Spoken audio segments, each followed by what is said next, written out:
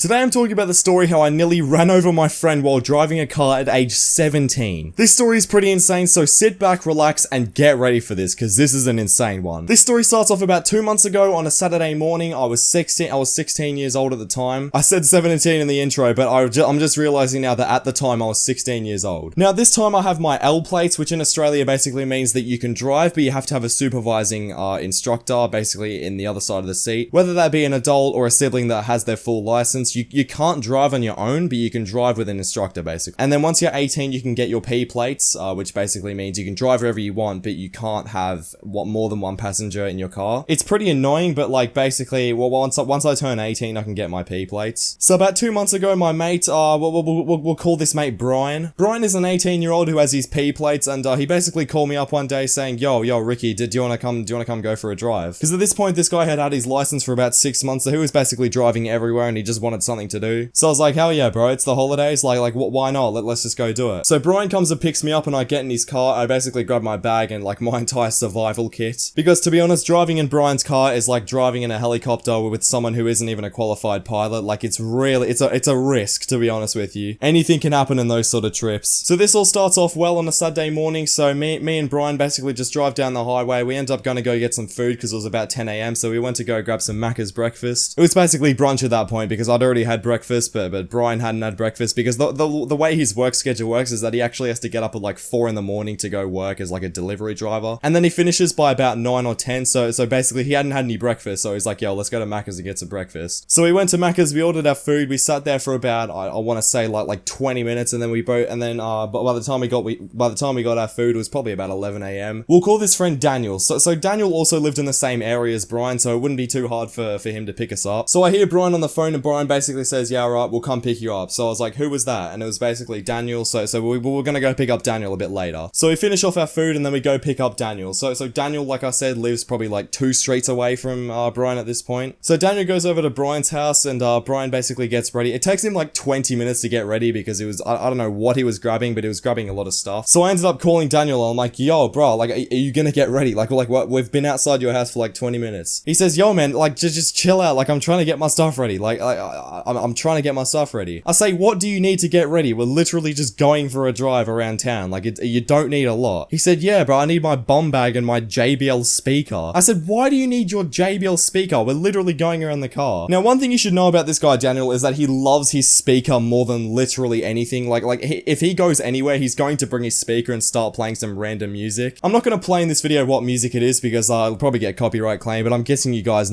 sort of know what I'm talking about. Like the whole sort of DaBaby stuff. He just randomly starts playing that no matter what, even though we literally have a speaker in the car, but you know, I digress. So it takes about 20 minutes for this kid to get ready, then he finally walks out the door and he walks into the car, and then he starts playing his music or whatever. I'm like, mate, if you keep playing that music, I'm going to make sure this car stops. I'm going to chuck you out the door. So at this point, he's like, alright, man, whatever, I'll stop playing the music. So he turns off his music. So at this point, it was probably about 1 p.m. and like, so me and Brian had already been driving around for a while. So he then suggests, why don't we go to like this footy oval? He says, yo, why don't we just go to the footy oval? There's a footy oval near here. Ricky, you've got a footy, so why don't we just go around and kick the footy for a bit? I was like, yeah, that sounds good. And Daniel also agreed. So we then went to the footy oval and I take my footy out of the car and we start kicking it around. You know, we were just having a good time, you know, we'd just eaten lunch and, you know, it was a great Saturday afternoon, you know, I didn't have to go to school. It was just incredible. So after about an hour, it got to the point where it was basically like 35 degrees outside. Like that's something I probably should have told you like earlier. It was such a hot day. Keep in mind that 2 months ago, it was still like December, so it was just incredibly hot and I was literally dying of heat. So I said, Brian, yo, I'm gonna go sit in the car. Like if you guys want to come, then whatever. And by that point, Brian and Daniel had also had enough, so they're like, yeah, we might as well get in the car and go somewhere else as well. Just turn on the AC and chill for a bit. Now the thing that I should have mentioned before is that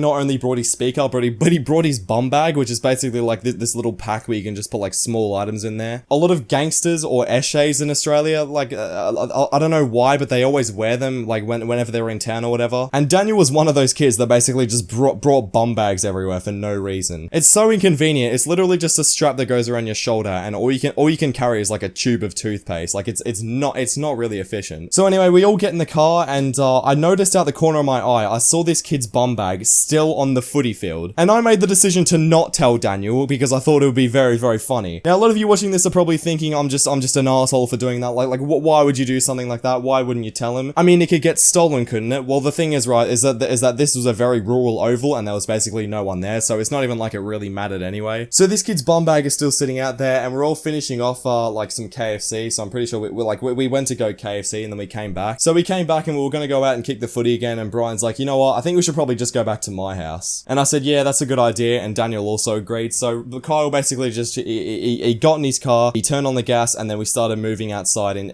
we started moving out of the driveway and onto the main road. As we got onto the main road, Daniel started to go on his phone. At least he tried to go reach for his phone, and then he realized, oh damn, I left my bum bag like back on the oval. And he says, he's like, Brian, I think I might have left my bum bag on the oval. And I start bursting out laughing because I already knew this was gonna happen. Like I already knew that he left it there. But Brian and Daniel didn't know that Daniel left it there. So Brian's like, Daniel, you stupid idiot, why did you leave your bum bag on the oval? Why couldn't you just grab it and come back to the car like a normal person? He's like, I don't know, man, I just forgot. Like, can we go back and get it? Brian says, oh, whatever, right? Like, we're literally 5 minutes away from it at this point. He's like, yeah, you're gonna be paying for gas after this. And Daniel goes, yeah, whatever, whatever, it's fine. So we go back to the oval, right? And Brian literally, like as we were going into the driveway, I could tell Brian was up to no good. He started like giggling, and I'm the only one who could hear him because I was in the passenger seat, so I could sort of hear him giggling, and I look over to him. And then he looks over to me and he points his finger at the bum bag and sort of basically signals to me to get out the car, and like as soon as he stops to go grab it. Basically, I'm gonna talk about this in slow motion because it happened in about 5 seconds, but basically what happened is that Brian was slowly just heading towards the oval, and he signaled to me, he's like, yo, I'm pretty sure you should just go get the bum bag and then just run back to the car and just make something funny out of it. Daniel couldn't hear this because he was wearing headphones, so basically I was like, yeah, alright, let's do it. So Brian basically puts the car in park, I open the door immediately and shut it as soon as I can, and then Brian locks the car so then Daniel can't get out. He's like, what the hell, like what's wrong with you? But the thing is that I literally stumbled over when I got out the car and I scraped my knee on the gravel because where Brian parked, it was basically just gravel, and if you fell over, you were basically screwed at that point. So I fell over and I sat there for a second just holding my knee because it hurt so bad, like I fully scraped it. So Brian goes, Ricky, you idiot, get up and go get it. And by this point, Daniel knows what's going on, right? So he unlocks the door from inside the car, gets out, basically jumps over me, and then he starts running towards the oval. Now the thing is with this oval is that there were basically like poles holding up this like massive sort of barricade around it, which basically means that it was really difficult to get into the footy field. Like you had to jump over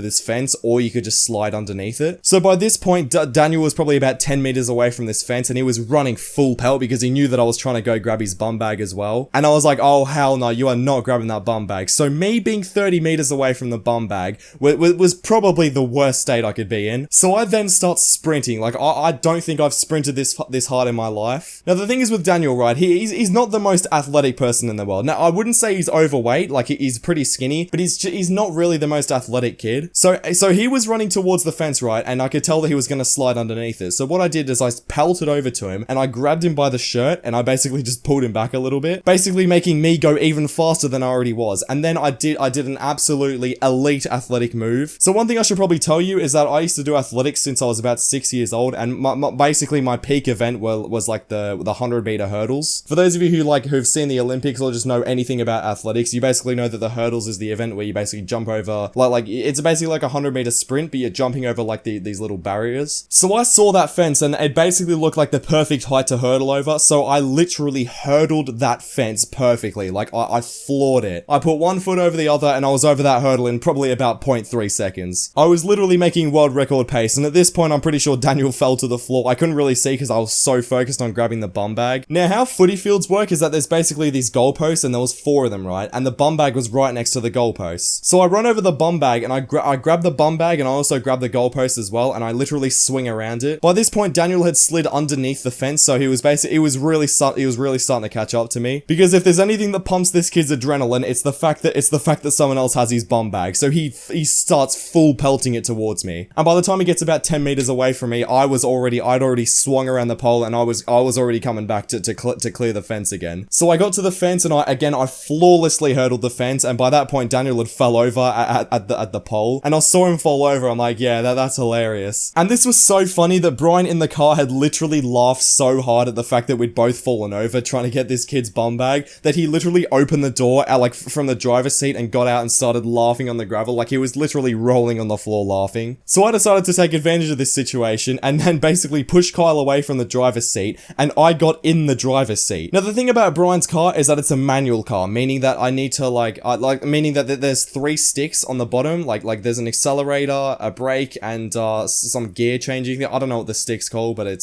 I had no idea how to use it. Because with my driver's license, I have an automatic driver's license, meaning I can only drive cars with 2 pedals on the front, and this car had 3, so I had no idea what I was doing. So I end up starting the car successfully somehow, and I end up starting to drive the car forward, because I see Daniel had gotten up and he also went to the fence and he basically just slid under it flawlessly, and then he got up and tried to get into the car. But what he didn't know is that I'd managed to actually start the car, so I start like hurling towards him, and this kid, no joke, like he didn't decide to get out of the way of the car like a normal human would, or like try and like jump over the car or whatever.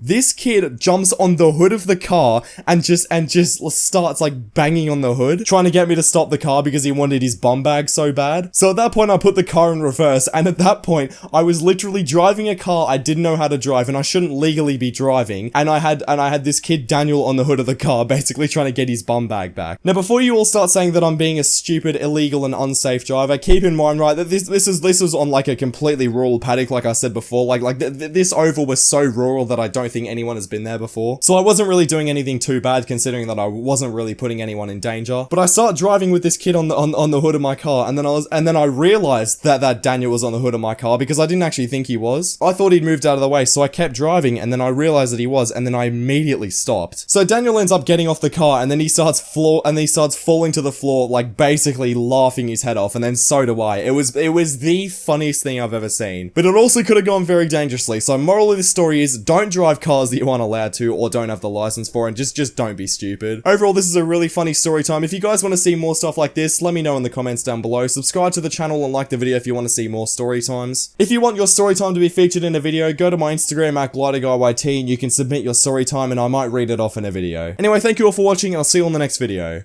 Bye.